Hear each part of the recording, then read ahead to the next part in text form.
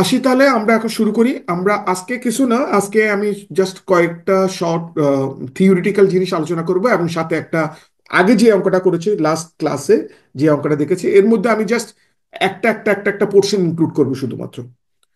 তাহলে আমরা যে জিনিসটা বলছিলাম যে আহ, এটা হচ্ছে আপনার আয়কর কর্তৃপক্ষ, যেটা আহ, এখানে ধারা 4-এ উল্লেখিত আছে। এটাও কিন্তু আমার ওই বইতেই আমি নিছি, যেহেতু আসলে তো সব তো আইনের এই জিনিসটা। এই আপনারা জাস্ট যতটুকু পারেন, হয়তো এতগুলো লিখতে পারবেন না, কিন্তু যতটুকু পারেন একটু লিখে লিখে এই জিনিসটা প্র্যাকটিস করেন, কারণ এটা কিন্তু আপনাদের থাকতে পারে। আয়কর কর্তৃপক্ষ কারা, ঠিক আছে, ধারা 4-এ উল্লেখ আছে এটা। তো সুতরাং এটা একটু লিখে প্র্যাকটিস করতে হবে আপনাদেরকে, কারণ হয়তো মুখস্থ থাকবে না। অংশ কি দাদা, অংশ কি উল্লেখ করতে হবে না ধারাটা লিখলেই চলবে? না না, এখানে শুধু ধারা, কারণ এটা তো অংশ নাই, এটা হচ্ছে ধারা 4-এ শুধু আয়কর কর্তৃপক্ষ, এখানে আর কিছু নাই। আচ্ছা, যেখানে অংশ ওকে আছে, দাদা। যেমন মনে করেন সে আপনি যেটা বলছেন এটা আমি বলি কোন জায়গায়। যেমন মনে করেন ওই দিন আমরা গত অঙ্কের মধ্যে একটা জিনিস, বেতন খাতে আয়ের মধ্যে যাদের আয় থাকে তারা হচ্ছে 3/1 অথবা 4.5 লাখ, মানে যেটা কম। এটা ছিল কোথায়?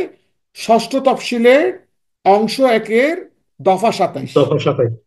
জি। তাহলে এইভাবে আপনি ওইটাই মিন করতে যাচ্ছেন, আমি যদি ভুল না করি। হ্যাঁ, হ্যাঁ। তো ওটা ওই জিনিসটা তখন কি করবেন? ধরেন অংশ 1 মনে নাই, তখন আপনি কি করবেন? ষষ্ঠ তফসিল অনুযায়ী এই ধরেন আপনার কাছে আহ আপনি তো জানেন ষষ্ঠ তফসিলে প্রথম অংশে কি, মানে অব্যাহতিগুলো উল্লেখ করা আছে কেমন। তাহলে আপনি ষষ্ঠ তফসিল অনুযায়ী এই, বুঝতে পারছেন, অটুকু আপনি লিখে দেন। জি। ঠিক আছে। তাহলে ওকে। এখানে আমি যেটা বলতে চাচ্ছি, আয়কর কর্তৃপক্ষ ধারা 4-এ এখানে কি আছে? জাতীয় রাজস্ব বোর্ড, মুখ্য কর কমিশনার, মহাপরিচালক পরিদর্শন, কর কমিশনার অ্যাপিল, কর কমিশনার বৃহৎ করদাতা ইউনিট, আর হচ্ছে মহাপরিচালক প্রশিক্ষণ, মহাপরিচালক কেন্দ্রীয় গোয়েন্দা সেল, আর কর কমিশনার। দেখেন উমর বর্গজের মধ্যে কিন্তু দুইটাই কিন্তু একই পজিশন, কিন্তু আপনারা জানেন কিনা জানি না, কিছু বৃহৎ করদাতা ইয়ে আছে, অর্থাৎ একটা লার্জ ট্যাক্স পেয়ার্স একটা সেল করা আছে, যেটা আপনার এটা আলাদা একদম, ওখানে কর কমিশনার আলাদা, ওখানে কোম্পানিগুলোও আলাদা। ঠিক আছে। তারপর হচ্ছে অতিরিক্ত কর কমিশনার, এরপরে যুগ্ম কর কমিশনার, আহ এরপর হচ্ছে উপকর কমিশনার, কর কমিশনার, সহকারী কর কমিশনার, অতিরিক্ত সহকারী কর কমিশনার, কর পরিদর্শক।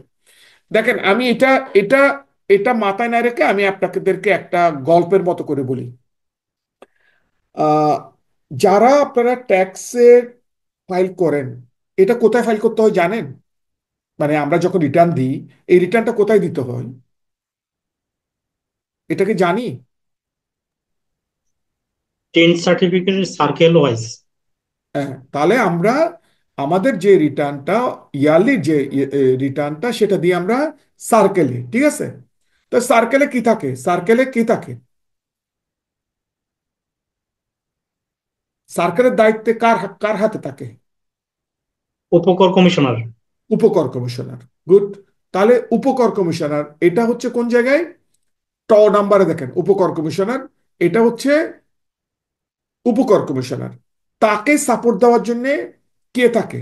একজন ইন্সপেক্টর থাকে, যিনি একদম লাস্ট অফিসার, ঠিক আছে, কর পরিদর্শক। ওকে। আচ্ছা, আচ্ছা।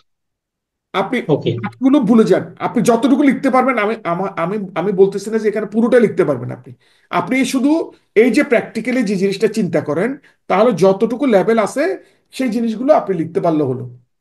আসেন এখন তাহলে, আপনি ট্যাক্স ইন্সপেক্টর, আপনি ওই অফিসে একটু মনে মনে চিন্তা করেন, আপনি যে রিটার্নটা জমা দিচ্ছেন সেই রিটার্নটা আপনি কর কমিশনারের কাছে আপনার সার্কেলে জমা দিচ্ছেন।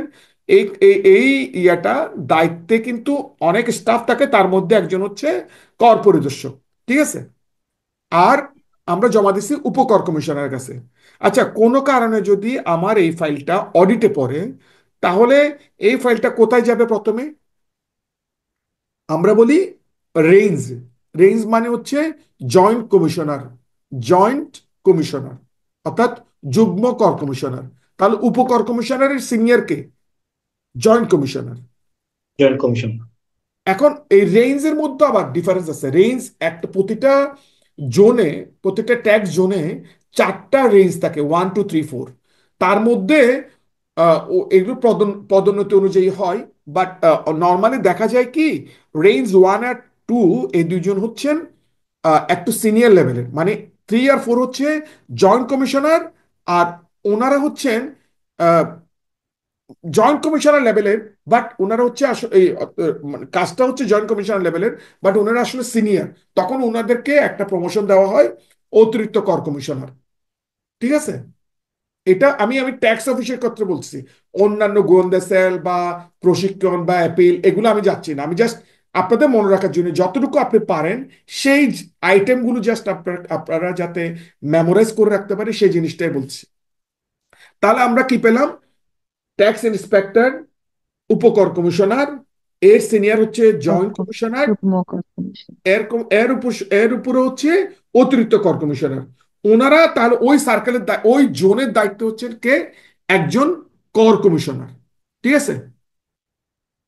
আর এই এই এই কর কমিশনার ডিরেক্টলি কোথায় থাকেন? উনি মুখ্য কর কমিশনারকে রিপোর্ট করেন, যেটা এনবিআর এর বোর্ডের মাধ্যমে ইয়ে হয়। তাহলে আমি এখানে 1 2 3 4 5 6 7টা, এই টোটাল থেকে আমি 7টা আপনাদেরকে যাতে মনে রাখতে পারি সেই জিনিসটা আমি বললাম। অন্যভাবে দেখেন তাহলে এক্ষেত্রে বাড়লো কি, বৃহৎ কর কমিশনার জন্য বৃহৎ করদাতা ইউনিটের জন্য একজন কর কমিশনার, অ্যাপিল যদি করতে হয় অ্যাপিলের জন্য একজন কর কমিশনার, আর গোয়েন্দা সেল, সেন্ট্রাল ইন্টেলিজেন্স সেল যেটা আছে সেখানের জন্য একজন মহাপরিচালক।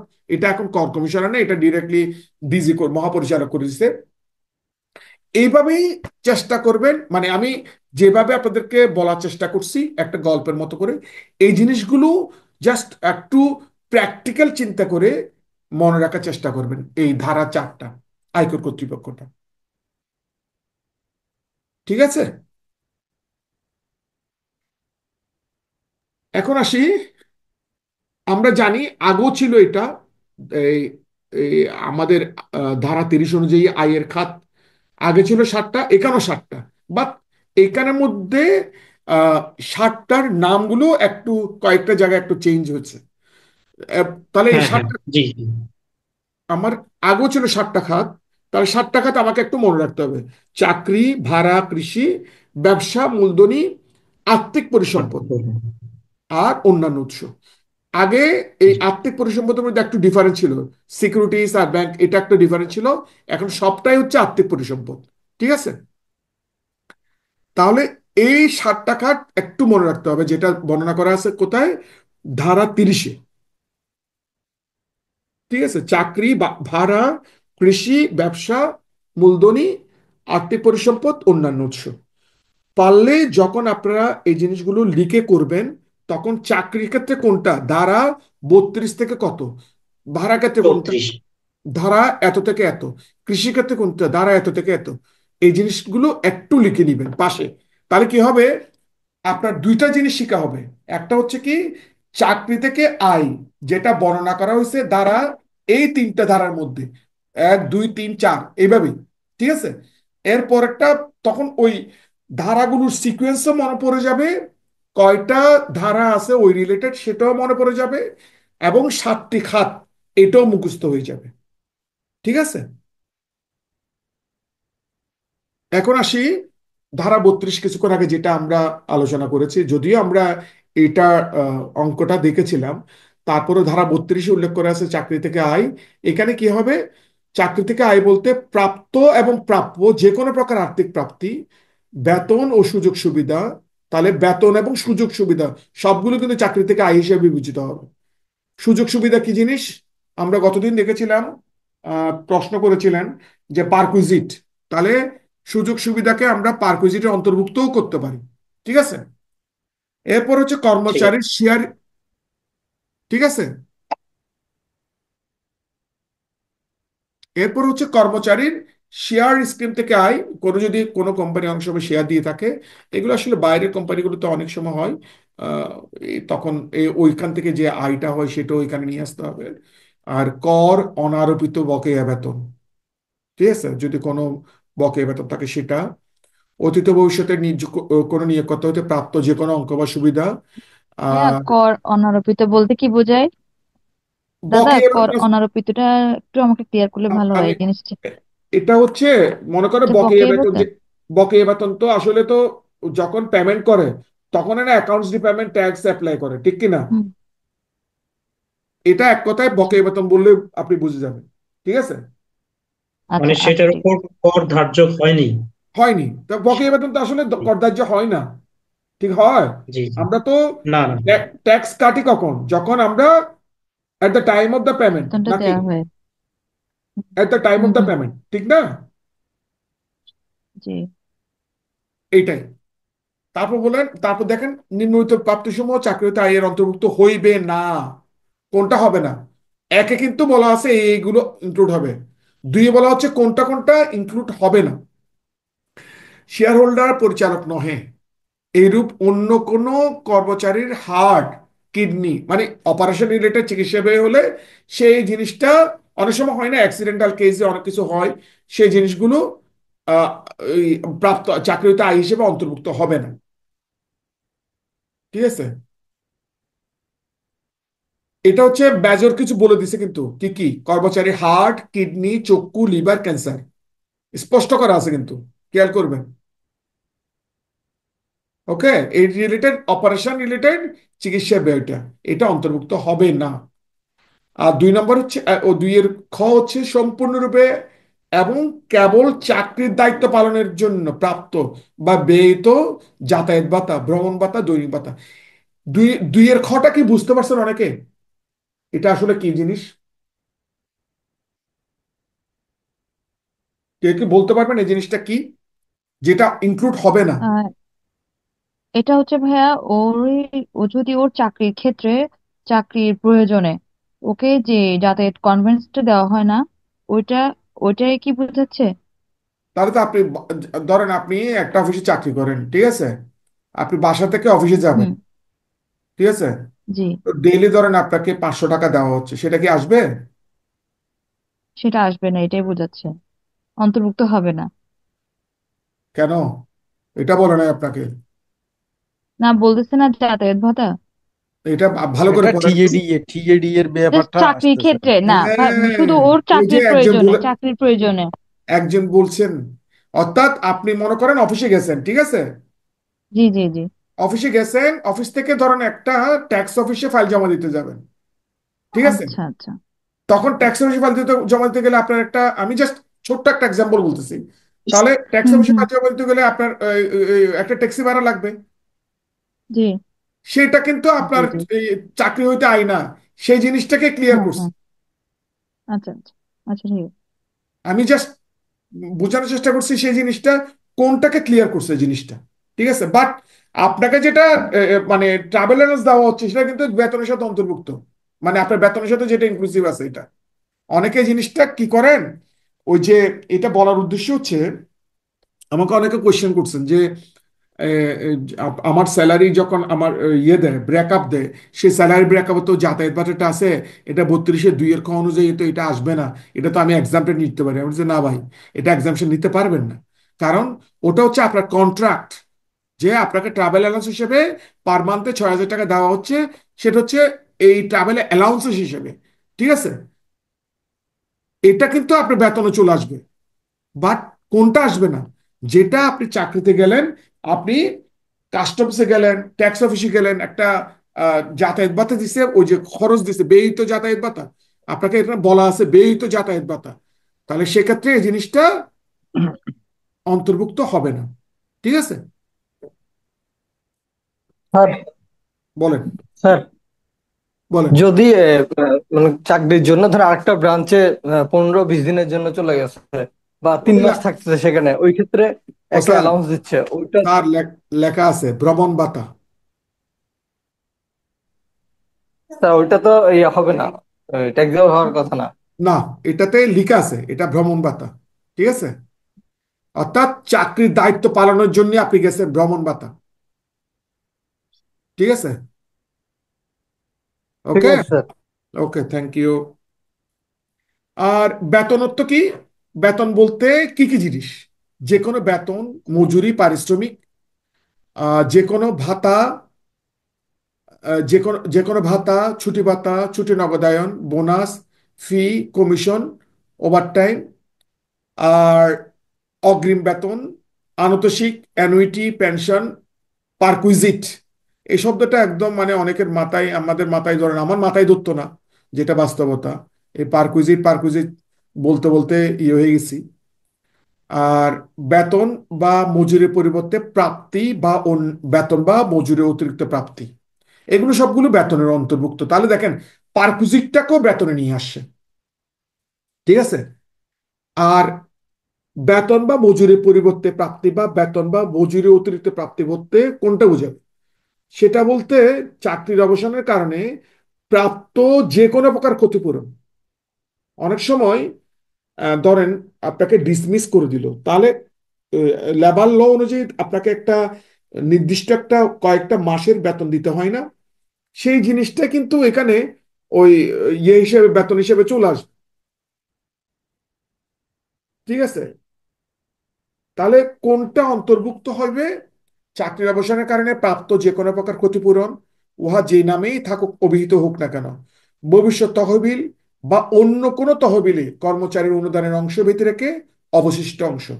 তাহলে কর্মচারীর অনুদান বাদ দিয়ে তো বাকি অংশটা তো আসলেই তো আমরা যোগ করি নাকি? যখন আমরা কোন একটা এই অনুমোদিত অনুমোদিত ইয়ে পেনশন তহবিল থাকে, তখন ওই টাকাটা তো আমরা ইনকামের সাথে যোগ করে মোট ইনকাম আমরা বাড়াই ফেলি। এটা অঙ্ক করলে বুঝতে পারবেন আপনারা, যদি কেউ না বুঝে থাকেন। আর যারা অঙ্ক করছেন তা ওনারা কিন্তু বুঝতে পারছেন জিনিসটা কি। আর চাকরির চুক্তির শর্তাবলীর পরিবর্তনের ফলে প্রাপ্ত অঙ্ক বা সুবিধাদির ন্যায্য বাজার মূল্য, কোনো সুবিধা যদি পান সেটার বর্তমান বাজার মূল্য।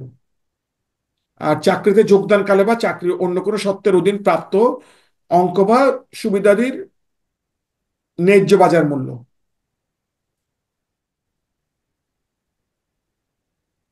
এখন আসি, সরি একটু স্কিপ হইল, আমাদের পারকুইজিট বলতে কি বুঝাচ্ছে? এটা কিন্তু আমরা লাস্ট ক্লাস, গত ক্লাসে বলেছিলাম পারকুইজিট বলতে কি। তাহলে পারকুইজিট বলতে আমরা আসলে এটা যেহেতু আলোচনা করেছি, আপনারা একটু দেখে নিবেন। আর আমি জাস্ট এটার যে যে আইন অনুযায়ী যেগুলো অঙ্ক একদম স্পষ্ট করে দেওয়া আছে সেই জিনিসটা দেখি।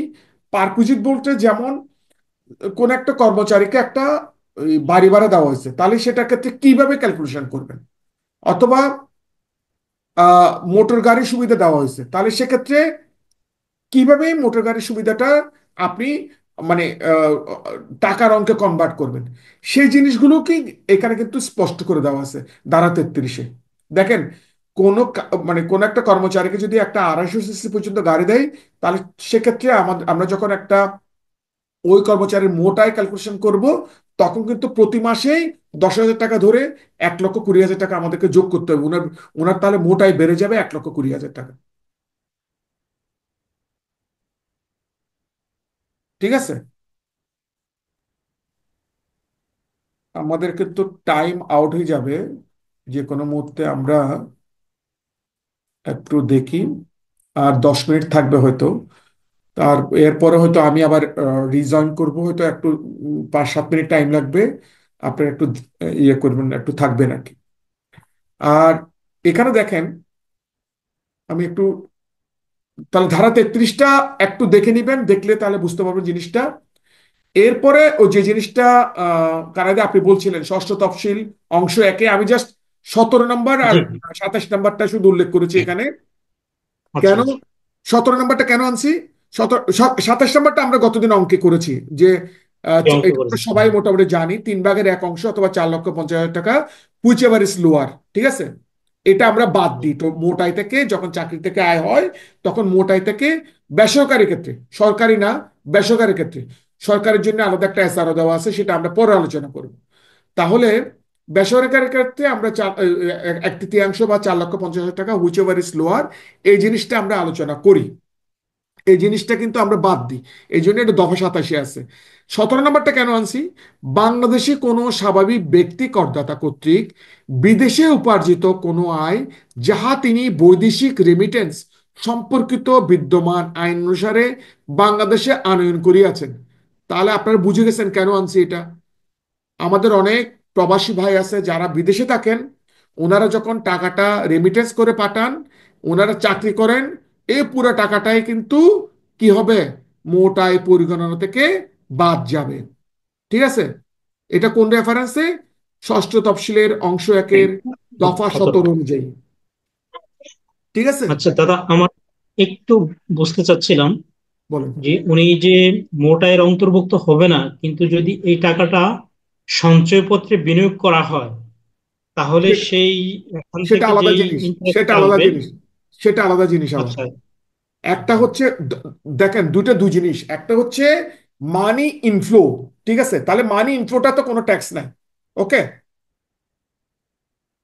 মানি ইনফ্লোটাতে কোনো ট্যাক্স নাই। ওকে, বুঝতে পারছেন? আমরা যেটা মানি ইনফ্লো হয়েছে 17 অনুযায়ী কোনো ট্যাক্স হবে না। এটা মোটাই পরিগণনা থেকে বাদ, মানে এটার উপর কোনো ট্যাক্স নাই। ঠিক আছে, এখন মানিটা আসার পরে যখন আপনি ইউটিলাইজ করছেন, কোনো এফডিআর করলেন, কোনো সঞ্চয়পত্র করলেন, যে ইনকামটা হবে সেটা কিন্তু আইন অনুযায়ী আপনাকে ট্যাক্স দিতে হবে। আপনি তো এই প্রশ্নটাই করছিলেন কি? জি, হ্যাঁ হ্যাঁ হ্যাঁ, সেটাই। তাহলে বুঝতে এখন পারছেন ক্লিয়ার। দুইটাকে দুই জিনিসে চিন্তা করবেন। একটা হচ্ছে ইনফ্লো হয়েছে, সেটার উপর কোনো ট্যাক্স নেই। এখন আসার পরে আপনি এটাকে ইউটিলাইজ করছেন, তাহলে তো অবশ্যই ভাই, ইউটিলাইজ যেহেতু করছেন আমার দেশে, তাহলে অবশ্যই আপনাকে ট্যাক্সের আওতায় নিয়ে আসতে হবে। ঠিক আছে, ওকে, থ্যাংক ইউ। ওকে। ক্লিয়ার। সেকেন্ডটা হচ্ছে সাধারণ কর রিয়াতে প্রযোজ্য বিনিয়োগ ব্যয়, অর্থাৎ কি কি বাদ যায়। ওই যে যেমন সরকারি সিকিউরিটিসে 5 লক্ষ টাকা, তারপর হচ্ছে ইনভেস্টমেন্ট কর্পোরেশনে 5 লক্ষ টাকা, ডিপিএস এ 1,20,000 টাকা পর্যন্ত বিনিয়োগ করলে আপনি ওই যে কর রিয়াত পাবেন। এটা বেসিক্যালি অংশ 3টা হচ্ছে কর রিয়াতের জন্য কোন কোন জায়গায় বিনিয়োগ করলে কর রিয়াত পাওয়া যায়, সেই জিনিসটাই বোঝানো হয়েছে। ঠিক আছে, এখানে অনেকগুলো আছে, আমি জাস্ট দেখেন এখানে 5, 6, 7, 8 নিছি, তাহলে এখানে 1 থেকে 4 গুলো আছে।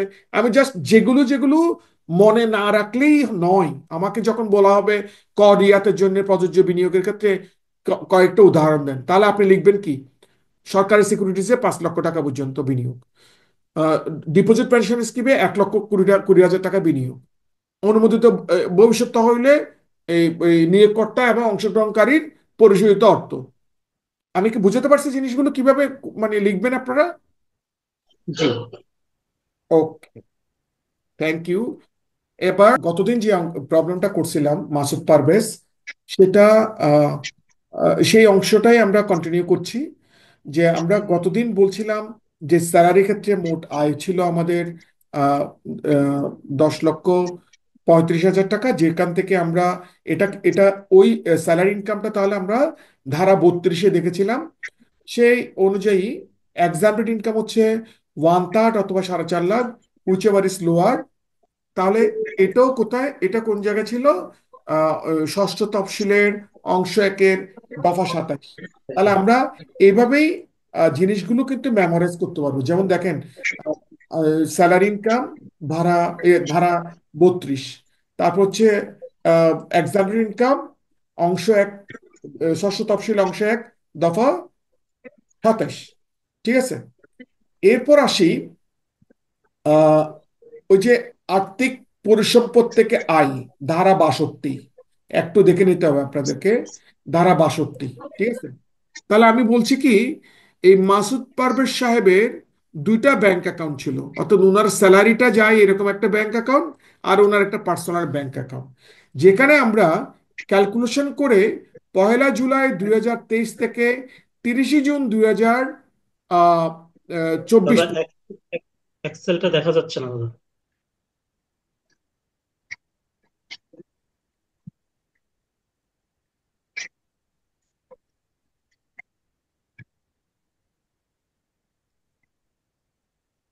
এখন হ্যাঁ, এখন দেখা যাচ্ছে। ওকে, থ্যাংক ইউ। তাহলে আমরা যেটা বলছিলাম যে স্যালারি ইনকাম, এরপরে যে জিনিসটা বলছিলাম যে এক্সাম্পটেড ইনকাম, সেই জিনিসটাও বললাম। এরপরে আমরা তাহলে এটা এই অংশটা আমরা কতদিন আলোচনা করছি, এই যে রেট মার্ক অংশটা, ঠিক না? ওনার স্যালারি, যে মাসুদ পারভেজের স্যালারি অংশটা আমরা কতদিন আলোচনা করেছিলাম, ওখান থেকে আমরা ডিরেক্টলি ট্যাক্স ক্যালকুলেশন শুরু করেছি। এখন যে জিনিসটা দাঁড়াচ্ছে সেটা হচ্ছে ওনার ফাইন্যান্সিয়াল সার্ভিস থেকে যে ইনকামটা হয়েছে সেটা হচ্ছে ধারা কত, 62। ওনার দুইটা ব্যাংক অ্যাকাউন্ট, একটা হচ্ছে মিউচুয়াল ট্রাস্ট ব্যাংক, একটা হচ্ছে এবি ব্যাংক। ওই দুটো ব্যাংক অ্যাকাউন্ট থেকে উনি 1 জুলাই 2023 থেকে শুরু করে 30 জুন 2024 পর্যন্ত ইন্টারেস্ট বাবদ পেয়েছেন 13,856, এবং এবি ব্যাংক থেকে পেয়েছেন 18,400 টাকা। এটা রিলেটেড যে ট্যাক্সটা সেটা আমরা এখানে বসিয়েছি, যে ট্যাক্স ডিডাকশন অ্যাট সোর্স, ওই ব্যাংক থেকে যা পেয়েছে তার ব্যাংক স্টেটমেন্ট অনুযায়ী এই জিনিসটা এখানে বসানো হয়েছে। তাহলে উনি ট্যাক্স ডিডাকশন হয়েছে ওনার 3,600 টাকা, আর স্যালারি বাবদ হয়েছে 5,000 টাকা, টোটাল মিলে হয়েছে 8,616 টাকা। ঠিক আছে, এখন আসি তাহলে এই যে স্যালারি বাবদ যে ইনকামটা সেটা কিন্তু তাহলে রেগুলার সোর্স থেকে, এটা হচ্ছে রেগুলার সোর্সের ইনকাম। আর ফাইন্যান্সিয়াল সার্ভিস থেকে যে ইনকামটা সেটাকে আমি নিয়ে গেছি 163 আন্ডারে ইনকাম।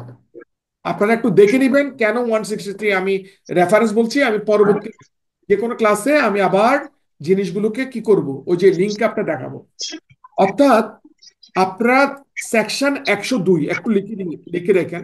সেকশন 102-তে বলা হচ্ছে এফডিআর এবং সেভিংস ইন্টারেস্টের সুদ প্রদানকালে কর কর্তন। ঠিক আছে, তাহলে এই 102টা আবার সেকশন 163, যেখানে মিনিমাম ট্যাক্স বলা আছে, সেখানে বলা হচ্ছে এই ধারার আন্ডারে যদি কোনো কর কর্তন করা হয় সেটা মিনিমাম ট্যাক্স 163-র আন্ডারে পরিগণিত হবে। ঠিক আছে, অর্থাৎ তাহলে এটার এটা জিনিসটা কি আসলে, জিনিসটা হচ্ছে 163 আন্ডারে মিনিমাম ট্যাক্স পরিগণিত হবে, জিনিসটা তো বুঝলাম না। জিনিসটা হচ্ছে কি, আমি একটু শর্টে বুঝাই। কোন একজন ব্যক্তি, ধরেন এই মাসুদ পারভেজের এই স্যালারি ইনকাম গুলো নাই, ধরেন স্যালারি ইনকাম, ঠিক আছে, কিছুই নাই।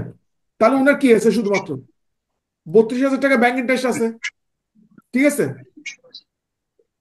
এই 32,000 টাকা যখন ব্যাংক ইন্টারেস্ট আছে, তাহলে উনি কি আর কোনো ট্যাক্স স্ল্যাবে পড়বে? কোনো কারণ না, পড়বো না। পড়বে না। তাহলে কি হলো, ওই যে যে ট্যাক্সটা এখানে দিয়ে আসছেন 3,600, এটা না, এটা এটা ইয়ে, এই 3,600 টাকা যেটা ট্যাক্স দিয়ে আসছেন সেটাই তাহলে মিনিমাম ট্যাক্স হিসেবে পরিগণিত হবে। অর্থাৎ এটা কিন্তু আপনি তখন আগের আগে একটা সিস্টেম ছিল, সেই জিনিসটা জমা দিলে পরবর্তী বছরে, বেশি জমা দিলে পরবর্তী বছরে এটা অ্যাডজাস্ট করা যেত। ঠিক আছে, তো এখন গভর্নমেন্ট রেভিনিউ ম্যাক্সিমাম এই জিনিসটাকে তখন কি করা হচ্ছে, মিনিমাম ট্যাক্স হিসেবে পরিগণিত করা হচ্ছে। আমি একটু ইন শর্টে বললাম, আপনারা যখন আরেকটা কয়েকটা অঙ্ক করবেন এভাবে, আমি যে এরকম বাদ দিয়ে করে ফেললাম, এরকম যখন করবেন আপনারা, যার বেশি ইন্টারেস্ট আছে, তখন আপনারা নিজেরা বুঝতে পারবেন যে জিনিসটা আসলে মেকানিজমটা কি। আমি কি বুঝাতে পারছি জিনিসটা?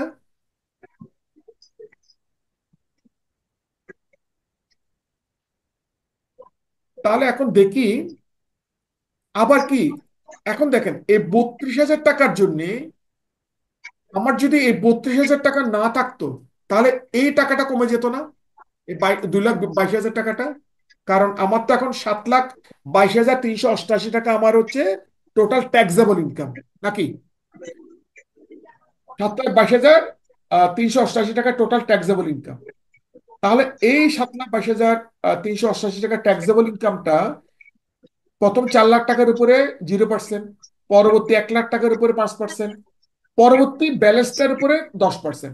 দেখেন এই টাকাটা, ওনার যদি আরো ইনকাম বাড়তো তাহলে এই টাকাটা কোথায় চলে আসতো, 15%-এ চলে আসতো। যদি এখানে ওনার যদি আরো ইনকাম বাড়তো, ধরেন এখানে আমি ইনকাম একটু বাড়াই দিই, এখানে ধরেন আমি আরো বাড়ালাম, ধরেন 5 লাখ টাকা, 5 লাখ টাকা না, 2 লাখ টাকা বাড়াই, তাহলে কি হবে, এখানে এসে 4 লাখ, 2 লাখ না?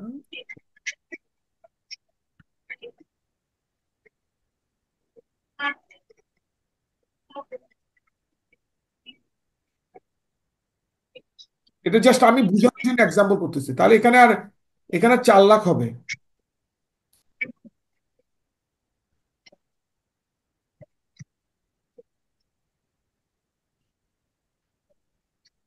তাহলে দেখেন ওই 32,000-এর একটা অংশ এখানে পড়ে গেছে না, এই লাইনে পড়ে গেছে না, তখন কিন্তু ওই আপনি যে মিনিমাম ট্যাক্সটা দিচ্ছেন সেটা মিনিমাম ট্যাক্স রইলো, বাট তার উপরে কিন্তু আবার 5% ট্যাক্স বেশি দিতে হচ্ছে আপনাকে, যে ইন্টারেস্ট ইনকামটা করেছে। ঠিক আছে? এগুলো মানে আমি এভাবে বোঝানোর উদ্দেশ্য হচ্ছে, যখন আপনারা একটু নিজেরা এভাবে অ্যানালাইসিস করে প্র্যাকটিস করবেন, তখন জিনিসগুলো কি হবে, নিজেদের ভিতরে কিন্তু অনেক কোয়ারিজ জমা হবে। তখন আপনারা বুঝতে পারবেন যে এই জিনিসটা এইভাবে না, এইভাবে কেন, এইভাবে না, এইভাবে কেন, তখন অনেক কোয়ারিজ আসবে। তখন আপনারা একটু নোট ডাউন করবেন, আমাকে জানাইন, আমি চেষ্টা করবো আপনাদের আনসার করে দেওয়ার জন্য। তাহলে এক্ষেত্রে কি হলো, 7,22,000 টাকা কিন্তু আমাদের টোটাল ট্যাক্সেবল ইনকাম। তাহলে প্রথম 4 লাখ টাকা পর্যন্ত 0%, পরবর্তী 1 লাখ টাকা, পরবর্তী ব্যালেন্স টাকার উপরে যে টাকাটা আসছে। এখন আসি, ওনার কোনো ইনভেস্টমেন্ট নাই, তাহলে তো কোনো কর রিয়াত পাবেন না। এখানে কোনো কর রিয়াত নাই।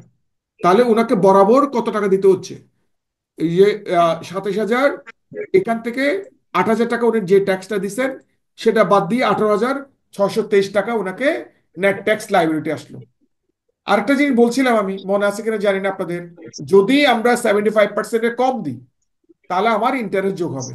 তাহলে কি হবে, 75% অফ দ্য অ্যাসেস ট্যাক্স, এই যে 27,000 টাকার উপরে অ্যাসেস ট্যাক্স 20,000 টাকা, দিছেন হচ্ছে 8,000 টাকা, ডিফারেন্স ছিল কত, 11,000, তার মধ্যে থেকে 10%, তাহলে উনাকে টোটাল পেমেন্ট করতে হবে এখন 19,804 টাকা।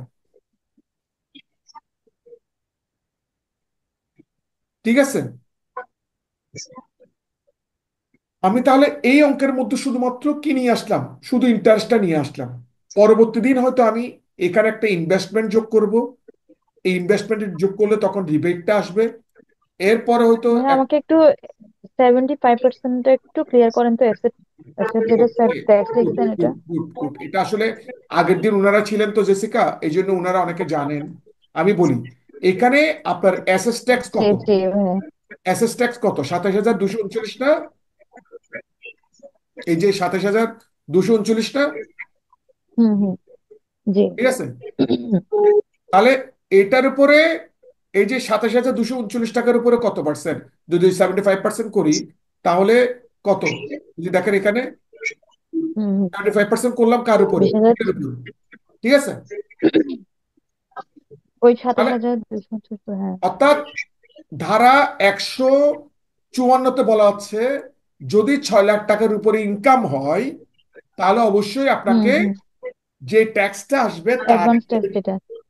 অ্যাডভান্স ট্যাক্স, ইয়েস, তার তার 75% আপনাকে ডিপোজিট করতে হবে। এখন দেখেন, আচ্ছা। তাহলে আপনার 6 লাখ টাকার উপর ইনকাম আসছে, এই যে দেখেন 6 লাখ টাকার উপর ইনকাম না, ঠিক আছে, 6,90,000 টাকা। হুম। জি। তাহলে আপনাকে 75% মানে 20,000, হুম, প্রায় 20,429 টাকা জমা করার কথা ছিল, ঠিক না? জি। আপনি জমা করছেন কত, ট্যাক্স ডিডাকশন হয়েছে কত, 8,016 টাকা। 8,616। তাহলে কত টাকা আট হাজার ডিফারেন্স ছয়শো কম, হ্যাঁ। কত টাকা কম জমা করছেন, 11,813 টাকা। তাহলে এই কম এগারো জমা হাজার থেকে আটশো টাকা আপনাকে একটা পেনাল্টি সিম্পল ইন্টারেস্ট দিতে হবে, ধারা কততে আছে, 162-তে আছে। ওকে? এখন আপনি যখন রিটার্ন জি। জমা দিবেন, এই 1,118 টাকা, সরি 1,181 টাকা প্লাস 18,623 টাকা, টোটাল মিলে হচ্ছে ওই 19,814 টাকা আপনাকে উনিশ জমা হাজার করতে হবে, আটশো চার টাকা আচ্ছা। 4 টাকা জমা করতে আচ্ছা হবে। বুঝতে আমি একটা পারছি। জিনিস দেখাই, না বলে এই টাকাটা কোথায় বসাবেন আর এই টাকাটা কোথায় বসাবেন রিটার্নের মধ্যে হুম যখন বসাবেন,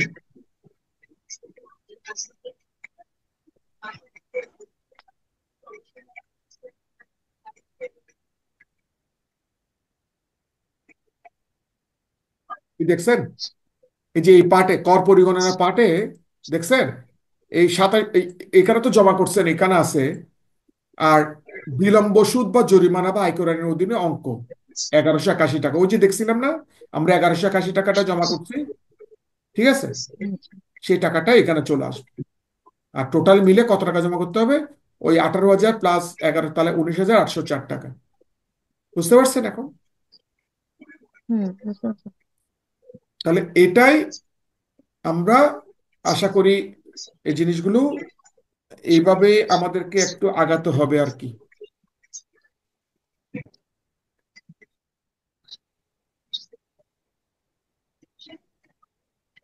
তাহলে এই 19,804 টাকা তাহলে ওনাকে রিটার্নের সাথে জমা করতে হবে। তাহলে আজকে ছিল এই এই অঙ্কটা পর্যন্ত। মানে আমরা শুধুমাত্র এখানে ব্যাংক ইন্টারেস্টটা ক্যালকুলেশন করে কিভাবে আসছে। সামনের দিন হয়তো আমরা একটা ইনভেস্টমেন্ট এবং সঞ্চয়পত্র সুদ এই দুইটা ধরে আগাবো। ঠিক আছে, কারো কোনো কোয়েশ্চেন থাকলে জানাতে পারেন, চেষ্টা করব আপনার। দাদা আমার একটা কোশ্চেন ছিল। বলেন বলেন প্লিজ। মানে ধারা 162-তে উল্লেখ রয়েছে যে অগ্রিম কর পরিশোধে ব্যর্থ থাকলে কত সময়ের জন্য সেটা সর্বসুদ প্রদান করতে হবে। এখন আমার প্রশ্ন হচ্ছে সর্বোচ্চ কত বছরের জন্য এটা আসলে এই সর্বোচ্চ 2 মানে বছরের জন্য লেখা আছে, দেখেন ওখানে। সর্বোচ্চ 2 বছরের জন্য ঠিক আছে, কিন্তু এটা প্রসিডিউরটা কিভাবে মানে কি হবে এখন যেহেতু আমার হচ্ছে 24-25, ঠিক আছে? হ্যাঁ হ্যাঁ। তাহলে 2 বছরের জন্য এটার মানে কি এটাকে পার্টলি করবো নাকি? এটা না, যদি একটু ক্লিয়ার যদি করতেন। মনে করেন কোনো কারণে অনেক সময় হয় না আমরা রিটার্নটা জমা দিই না, হয় এই বছর রিটার্নটা আমি জমা দিতে পারলাম না, আমরা প্রায় 1 বছর পরে গিয়ে, পুরনো রিটার্নের ক্ষেত্রে বলছি আমি, নতুন রিটার্নের জন্য তো একটা তো বার আছে, সেটা তো আলাদা জিনিস। কিন্তু ধরেন আমার রিটার্নটা আমি গত বছর দিলাম, এই বছর আমি টাইমলি জমা করতে পারলাম না, কিন্তু দেখা যাচ্ছে কি এখানে আবার আমি অ্যাডভান্স ট্যাক্স যা দেওয়ার কথা ছিল সেটাও আমি দিই নাই, ঠিক আছে। তাহলে এই টাকাটা সর্বোচ্চ 2 বছর পর্যন্ত আমি যদি আগামী বছর গিয়ে জমা দিই, সেক্ষেত্রে এখানে যে গ্যাপটা আছে সেটা সর্বোচ্চ 2 বছর পর্যন্ত আমার এই টাকাটার উপরে ইন্টারেস্ট চার্জ হবে, সিম্পল ইন্টারেস্ট। ঠিক আছে, এটা একটা তার কোয়েশ্চেন। মানে আর আরেকটা কোয়েশ্চেন ছিল হুম, আপনার যে কিভাবে ক্যালকুলেশন করবেন জিনিসটা, এটাই তো। হ্যাঁ হ্যাঁ, আমার কোশ্চেন এটাই ছিল ওটা আসলে। ওটা ওটা হচ্ছে কি, দেখেন আপনার ইনকাম ইয়ারটা শেষ কখন? 30শে জুন 2024, ঠিক না? জি, হ্যাঁ, এখানে তাহলে আপনি রিটার্ন ট্যাক্স ডে হচ্ছে এই বছরের জন্য কখন? 31 ডিসেম্বর। 31 ডিসেম্বর। তাহলে এখানে ওই আপনি এটা তো 1 বছরের ভিতরে পড়তেছে, ঠিক না? মানে না 6 মাস তো গেল। এটা না না, আমি যদি জুলাই থেকে জুন ধরি তাহলে বেশি হইলো না? না, জুলাই থেকে জুন না তো, আপনি এই জুলাই থেকে তো ডিসেম্বরের 31 দিয়ে দিচ্ছেন আপনি। আপনি যখন রিটার্ন ফাইল করবেন, আপনি যখন রিটার্নটা ফাইল করতেছেন, এই যে আচ্ছা আচ্ছা। 31শে ডিসেম্বরের ভিতরে আপনি ফাইল করলেন না, এই গত বছরের হুম, যে ইনকাম ইয়ারের এই চলমান কর বর্ষের এই জিনিসটা রিটার্ন 31 ডিসেম্বরের ভিতরে ফাইল করবেন না আপনি, আচ্ছা হ্যাঁ। তখন তো আপনি ওই এই 6 মাস হচ্ছে না এখন, এই 1 বছরের মধ্যে 6 মাস অতিক্রান্ত করলেন না আপনি। হ্যাঁ, 6 মাস এই হইলো। 6 মাস এখানে কোনো, এই 6 মাসের জন্য আপনাকে কোনো ফ্র্যাকশন দিতে পারবেন না আপনি, আপনাকে দিতে হবে কিন্তু ফুল ইয়ারে। আমি বুঝতে পারছি জিনিসটা এখন।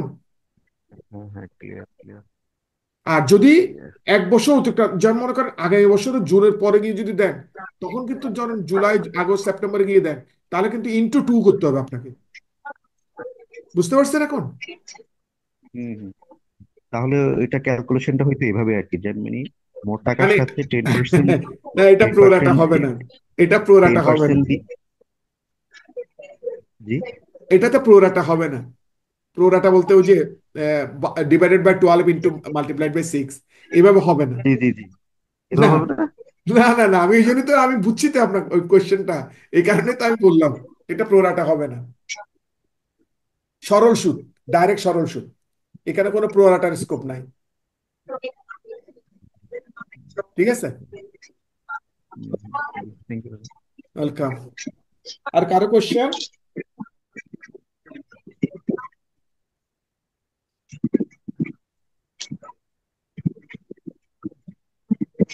তাহলে আমরা কি আজকে একটু শেষ করতে পারি আমরা? সামনের দিন হয়তো আরেকটা প্রবলেম এবং আর কিছু এক্সাম্পল নিয়ে আগামী দিন হয়তো, আগামী ক্লাসে হয়তো আমি ওই সেকশন 78-এর এক যে অনেকে যে ভুল করে সেই জিনিসটার দেখানোর চেষ্টা করব। আহ, আশা করি আপনারা সামনের ক্লাসে বুঝতে পারবেন যে জিনিসটা সেকশন 78 এর যে মানে স্পেসিফিক করা আছে সেই জিনিসটা, যেমন ওখানে আমি চেষ্টা করব সেকশন 163 এবং আরেকটা ট্যাক্স ডিডাকশনের সেকশন 102 এগুলো নিয়ে এসে এই জিনিসটাকে একটু উপস্থাপন করার জন্য, সাথে একটা ছোট্ট এক্সাম্পল। ওকে, ঠিক আছে। আমাকে কি এক লাইনে একটা জিনিস বলবেন চূড়ান্ত কর দায়টা সম্পর্কে? বলেন প্লিজ। একটু একটু একটু আইডিয়া যদি দিতেন। বলেন মানে প্লিজ। চূড়ান্ত কর দায় সম্পর্কে যদি আমাকে একটু বলেন। আচ্ছা, চূড়ান্ত কর দায় বলতে আমি একদম এক্সাম্পল দিয়ে বলি, এত কিছু না। চূড়ান্ত কর দায় বলতে যেমন সঞ্চয়পত্র, আমরা ধরেন আমার 5 লাখ টাকার আমার একটা সঞ্চয়পত্র আছে, ঠিক আছে? এখন সঞ্চয়পত্রের যে ইন্টারেস্টটা পাচ্ছি ধরেন পুরো বছর। হ্যালো? হ্যাঁ আমি শুনতেছি, বাট ওই যে শব্দ আসতেছে তো। শব্দ আসছে মানে অন্য কেউ কাইন্ডলি একটু মিউট মিউট করে রাখলে বাকিরা শুনতে সুবিধা হয়। আপনারা যারা মিউট করে আছেন একটু মিউট করে রাখেন প্লিজ। তাহলে যেটা বলছিলাম আমি, সঞ্চয়পত্র ধরেন আমার 5 লাখ টাকা বিনিয়োগ আছে, তাহলে প্রতি মাসে বা প্রতি ত্রৈমাসিক এরকম আমরা ইন্টারেস্ট পাই না সঞ্চয়পত্র থেকে, জি সেই জি, জিনিস 3 মাস 6 মাস এভাবে, হ্যাঁ। 6 মাস হোয়াট এভার ইট ইজ। তাহলে জি আমরা তো বছর শেষে এই অর্থ বছরের জন্য সঞ্চয়পত্র বুড়ো থেকে এখন তো একটা সার্টিফিকেট নেওয়া হয়, ঠিক না? জি জি। ধরেন ওখানে আমার টোটাল ইনকাম আসলো 5 লাখ টাকা শুধু ইন্টারেস্ট বাবদ, ঠিক আছে?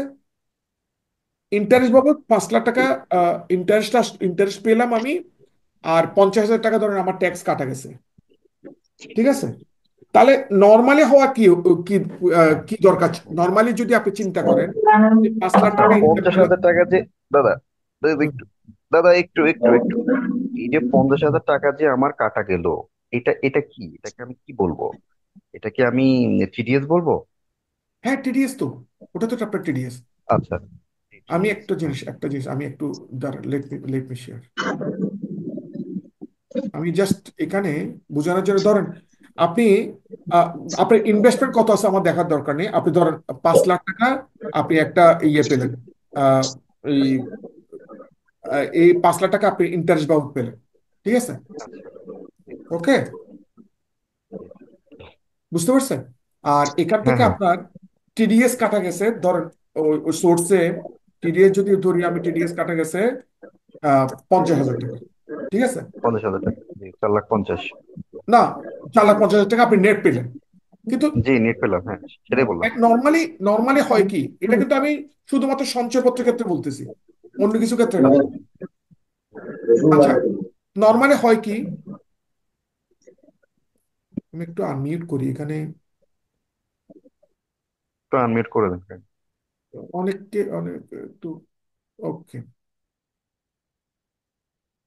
তাহলে এখানে দেখেন, আপনি যদি ক্যালকুলেশন করতেন তাহলে কি হতো, ধরেন আপনার আমার হলে কি হবে, প্রথম 3.5 লাখ, তারপর ধরেন 1 লাখ, এইভাবে যেতাম না আমরা?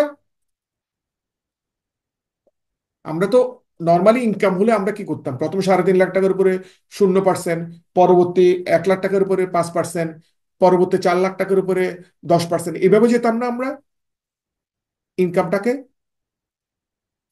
ঠিক আছে? জি, এভাবেই তো। এভাবে তো চাই। কিন্তু যদি সঞ্চয়পত্র সুদ হয়, সেটাকে আর আপনাকে এই ফরম্যাটে ক্যালকুলেশন করতে হবে না। এটা একটা এসআরও আছে যে সঞ্চয়পত্রের সুদ যা দিছেন যা পাইছেন সেটাই আপনার ফাইনাল ট্যাক্স হিসেবে গণিত হবে, চূড়ান্ত কর দেয়। এই কারণে এটা চূড়ান্ত কর দেয়। অর্থাৎ এই যে ট্যাক্সটা কাটছে না, সেটাই আপনার চূড়ান্ত কর। এটা স্ল্যাবে ওরা পড়বে না, অতিরিক্ত এটাই কোনো ভাইয়া। ট্যাক্স দিতে হবে না। হ্যাঁ হ্যাঁ, সরি।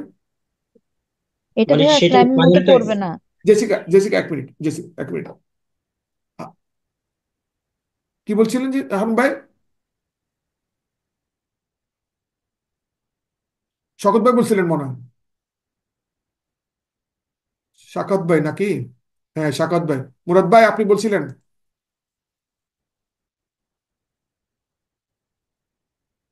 দাদা আমি বলেছিলাম যে সঞ্চয়পত্রের উপর যে টিডিএস টা কাটা হয় সেটাই ফাইনাল ট্যাক্স, এটার উপর Exactly. আর কোনো ট্যাক্স প্রযোজ্য হবে না। এবং এই ইনকামটাকে, এই যে 5 লাখ টাকার ইনকাম, সেটাকেও জেসিকা এটাই বলতে চাইছে, আহ, এটাই এই 5 লাখ টাকা যে ইনকামটা সেটা আর স্ল্যাবে পড়বে না। এই কারণে এটা চূড়ান্ত কর দেয়। অর্থাৎ এই যে সঞ্চয়পত্রের সুদের উপরে যে করটা পরিশোধ করেছি সেটাই ফাইনাল ট্যাক্স, এটাতে তাহলে আর কোনো স্ল্যাবে ফেলার দরকার নেই। এই জন্যই এটাকে চূড়ান্ত কর দেয় বলা হচ্ছে। আমি কি বুঝাতে পারছি এবার? দাদা ঠিক জি আছে দাদা। জি ঠিক। ওকে, ওকে। তার মানে মানে মোট ট্যাক্সেবল ইনকাম ক্যালকুলেশনে এই 50,000 টাকা আর আসবে না, কথা এটারও ক্লিয়ার এই জিনিসটা। ওই 5 লাখ টাকাটা আসবে না। 5 লাখ টাকাটা যখন আপনি স্ল্যাবে ক্যালকুলেশন করবেন তখন এই 5 লাখ টাকাটা আর ওই ওই স্ল্যাবের মধ্যে যোগ করবেন না আর কি। ঠিক আছে। বুঝছেন না? ওটা জি। তখন আর, ওটা আর স্ল্যাবে যোগ করার কিছু নেই, কারণ ওটাই তো ফাইনাল ট্যাক্স।